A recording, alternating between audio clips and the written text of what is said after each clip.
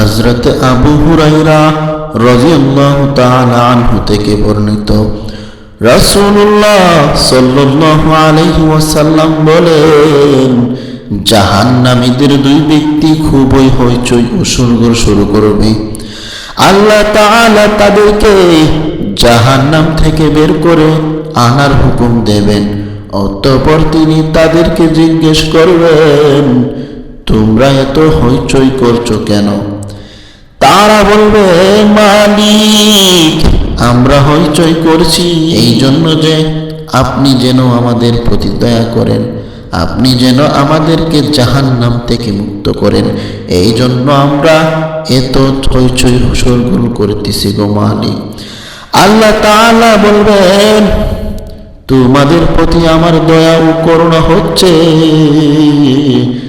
জাহান্নামে তোমরা যেই স্থানে ছিলে সেই স্থানে আবার ফিরে যাও।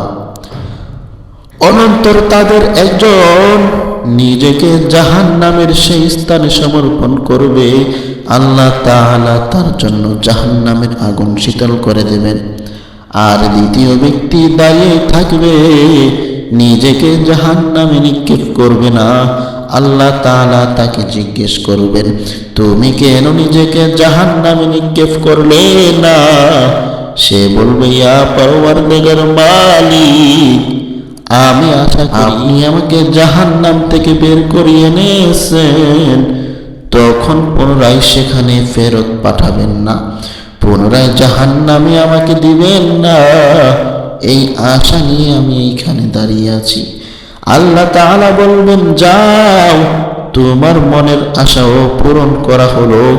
অতঃপর তাদের দুইজনকে জান্নাতে প্রবেশ করানো হবে। কদরা কুদরত দারি বার কামাল, আনতা রব্বি আনতা হাসবি যুল জালাল, তুহি কাদের জলিলুল্লাহ জাহাদার, বহর হালে তুহি মেরা নিগাহদার, তুহি কাদের জলিলুল্লাহ জাহাদার, বহর হালে তুহি মেরা নিগাহদার।